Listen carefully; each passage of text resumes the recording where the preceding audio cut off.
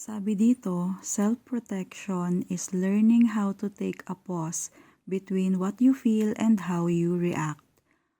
When there is no awareness between what you perceive and the way that you respond, anything can control you.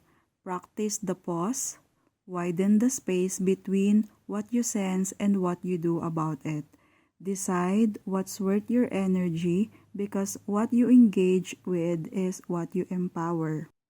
So day 4 pa lang yan dito sa librong The Pivot Year. 365 days to become the person you truly meant or want to be.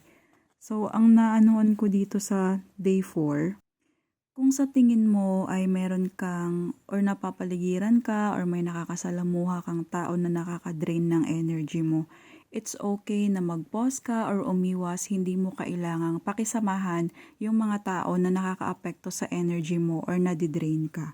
Sabi dito, practice the pause and then self-protection is learning. So, walang masama kung protektahan mo yung sarili mo or i-reserve mo yung energy mo sa mas makabuluhang bagay. So kung gusto mo rin ng ganitong libro, perfect ito sa mga taong busy kasi pwede kang magbasa ng isang page lang kada araw. So 365 days yan.